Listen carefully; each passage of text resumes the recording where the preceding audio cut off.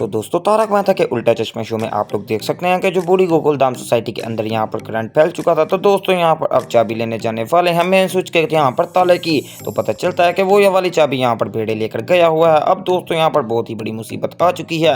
Gokul Dham society में जेठालाल कहता है कि बापूजी क्यों ना हम गोगी के पापा को बुला लें, शायद वो कुछ कर लें। तो अब दोस्तों यहाँ पर बापूजी फोन करने वाले हैं गोगी के पापा को और बताते हैं सारी सिचुएशन के यहाँ पर गोकुल धाम सोसाइटी में करंट आ चुका है। और दोस्तों यहाँ पर जब बीता भाभी और ये भाई होते हैं वो भी कहते हैं कि ये देखो अब तो यहाँ पर हमारी मशीनों से करंट आ रहा था, मुझे तो ऐसा लग रहा है कि जैसे करंट हमारे आसपास भी है। तो दोस्तों जेठालाल कहता है कि आप कैसी बात कर रहे हैं अय्यर भाई, आपको लगता है कोई गलतफहमी हो रही है।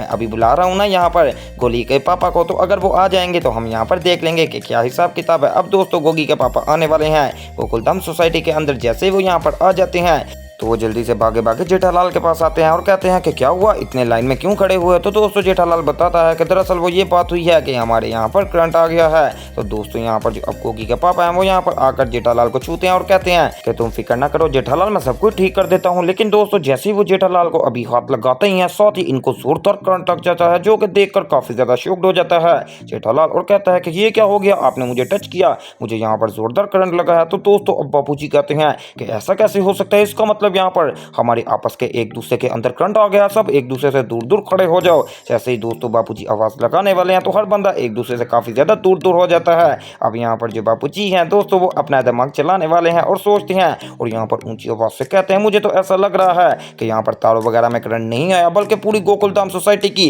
हवा के अंदर करंट फैल चुका है। ये बात सुनकर गोगी के मामा पापा काफी ज्यादा शॉक्ड हो जाते हैं और कहते हैं कि अगर ऐसा हुआ तो यहाँ पर कोई भी नहीं बचेगा, एक दूसरे को करंट कहीं ना कहीं तरीके से लग ही जाएगा। अब दोस्तों बहुत ही ज्यादा इनको में यहाँ पर स्यापा उठाना पड़ेगा क्योंकि करंट अगर वाकई हवा में फैल चुका है तो वो तो वाकई में किसी को भी जाकर लग सकता है। अब दोस्तों इसके लिए गोकुल धाम सोसाइटी वासी कुछ ना कुछ प्लान करने वाले हैं जो कि देखकर काफी ज्यादा मजा आएगा। बापूजी कहते हैं कि मुझे तो ऐसा करना चाहिए कि मैं यहाँ पर छोड़कर चला जाऊं और सीधा अपने गाँव में चला जाऊं। लेकिन दोस्तों जेठालाल कहता है कि अभी एक तरीका है, हम यहाँ पर चाबियां मंगवा लेते हैं बेड़े भाई से। तो मैं बेड़े को फोन करता हूँ। अब दोस्तों बेड़े को फोन करने वाला है जेठालाल। तो बेड़े भाई कहता है कि मैं तो यहाँ पर अपनी बीवी के साथ आया हूँ खाने पीने, तुम लोगों का क्या मसला है। तो दोस्तों जेठालाल बताने वाला है कि दरअसल ऐसा हुआ कि अगर हमने यहाँ पर मेन स्विच बंद ना किया तो हमारी हवा के अंदर करंट आ चुका है और अगर हमने बंद ना किया तो वो करंट हमें भी लग सकता है। अब दोस्तों बेड़े भाई ये बात सुनकर कहने वाला है कि मुझे तो अभी थोड़ा सा टाइम लग जाएगा, आप लोगों की मेहरबानी है कि यहाँ पर थोड़ी देर वेट कर लो, हम थोड़ी देर में जैसे ही आएंगे